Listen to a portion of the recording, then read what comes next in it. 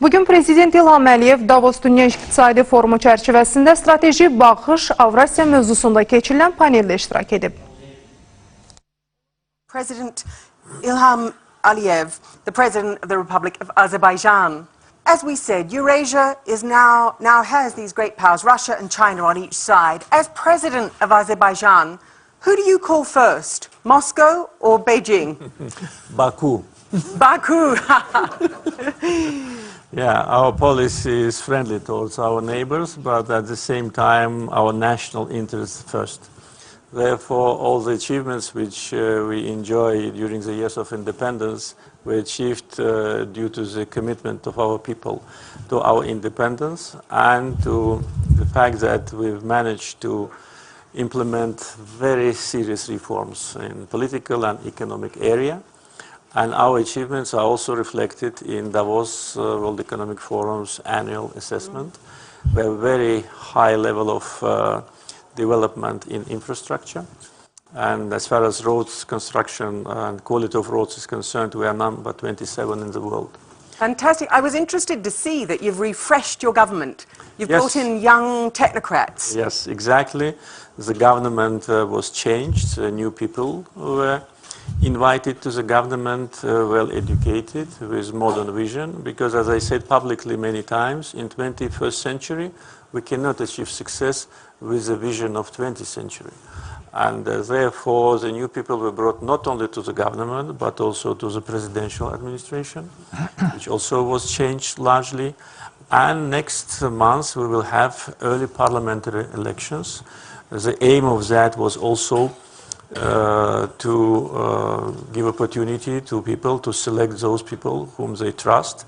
And the parliament, I'm sure, after election, will be an important part of the continuation of the reforms. And for Azerbaijanis who want their lives to get better, what do you hope this new government will deliver to them? What will they see over the next year or two that's different? I think that in the previous times we largely invested into infrastructure projects. Therefore, today, with respect to access to electricity, according again to Davos Forum, Azerbaijan is number 2. Gasification level in Azerbaijan is 96%. We've built 16,000 kilometers of roads and more than 3,000 schools and 700 hospitals. But that was part of the state investment. What we need now, we need a new approach in the governance, good governance, transparency, accountability, bringing the criteria of our life and living standards closer to the standards of European Union. And I think this is possible, this is achievable, because we have a strong political support. Again, I want to come to the assessment of Davos Forum, which ranks Azerbaijan government's strategic vision as number 10, and government's ability to provide stability, number 11 in the world. So the new government will concentrate on major challenge, which is growing population. Therefore, our economic growth must be in line with growth of population. During the time of independence, we came from 7 million to 10 million people. So it needs additional infrastructure, it needs additional food supply. And our population grows every year more than 100,000. That means we need at least 100,000 jobs annually, and it's not easy.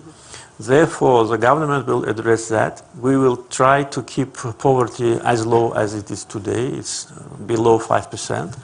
And also we have a long strategy of reduction of the foreign direct debt, which is today very low. It's 17% of GDP, but our target is to bring it down to 10% of GDP. And of course, keeping inflation low, as it was last year, 2.5%. And the income of people must always be ahead of inflation, as well as job creation must be ahead of demographic growth. I read that a third of the population of Central Asia is now under 15. That's one third of the population under 15. If we look at youth in every other continent of the world, we see them on the streets. They're demanding more voice. They're used to having more voice. For that, and you've just explained that in your country, a growing number are those young people. Yeah. What will you know, what would you say if they want to come out on the streets and demand more voice? We will listen to what they want, but the fact is that in Azerbaijan, youth is not in the streets, youth is in the universities, at school, youth is in the startup business, youth is actively involved in governmental issues.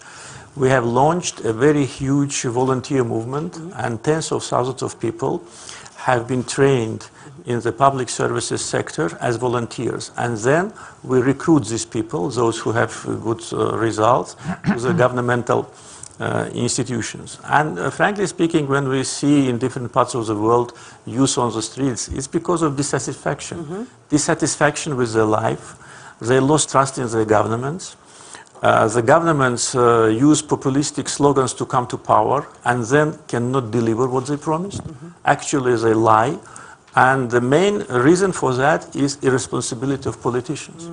Because we see in many countries, not only in Europe, but in other places, that one government comes, immediately the head of government is under fire. People elect him or her, and then within 1 year, he or her loses all the credibility. That's because the promises were given which were not been possible to implement. In Azerbaijan, we always keep our word.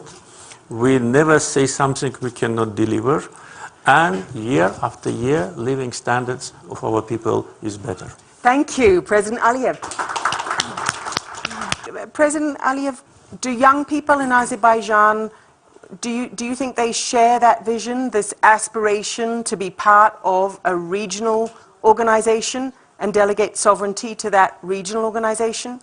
Is there grassroots support for that idea in Azerbaijan? I don't think so. I think the main idea and the main ideology of Azerbaijan, including the young generation, is sovereignty, independence, and reliance on our own resources.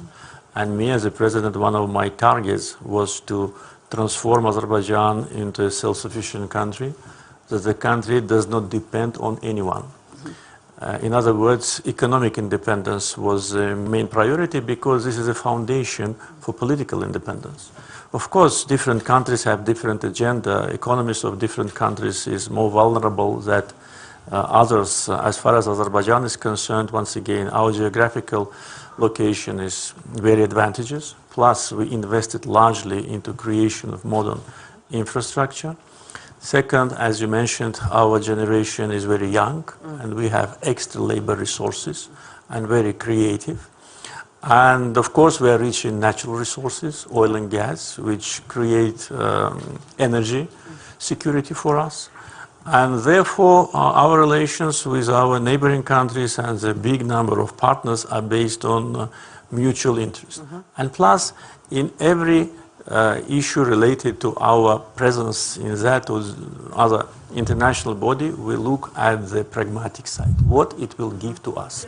If it gives us more economic incentives, more opportunities for business, more stability, more security, of course we are considering that, and we are members of a number of international institutions.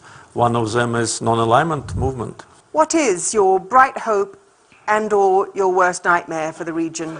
President Əliyev. I think the most important now, especially taking into account the regional situation and new emerging conflict zones, is regional stability. We don't have internal risks in the country, whether it's political risks or economic risks. Country is stable, development is sustainable. We have a very broad agenda of reforms which are in the phase of implementation, which will create better opportunities for our people. The main concern and the main potential nightmare would be aggravation of tension beyond our borders. And for that, unfortunately, we are not responsible and we cannot to full degree influence that process. The responsibility lies on the superpowers, on the big powers, which must agree on certain issues between themselves so that this fragile stability is not shaken more. And for those in the room who don't know the region well, what are the tensions that you're most worried could flare up? You know, we see those tensions close to our borders. We see tensions in Afghanistan. We see unresolved, situations there. We are ourselves subject of occupation by Armenia, and this is a permanent source of threat. Our 20% almost of our territories are under Armenian occupation in violation of international norms and United Nations Security Council resolutions. We see aggravation of tension with respect to US-Iranian relationship and many other hotspots in the region which already are flaring our potential. Therefore, we are very interested in safety, security and predictability beyond our borders, because even economic difficulties outside of Azerbaijan can influence our economic and social situation. Therefore, I think stability in the region is the main concern which we have, and instability in the region is the main nightmare, if I may put it so. Thank you, President. Paneldə Monqolistan prezidenti Xaltmangin Battulqa, Astana Beynəlxalq Maliyyə Mərkəzinin rəhbəri Kayrat Kelimbetov, VTB Bankın prezidenti İdarə Heyətinin sədri Andrey Kostin, BMT-nin Cenevrədəki ofisinin baş direktoru Tatyana Valovay iştirak etdilər.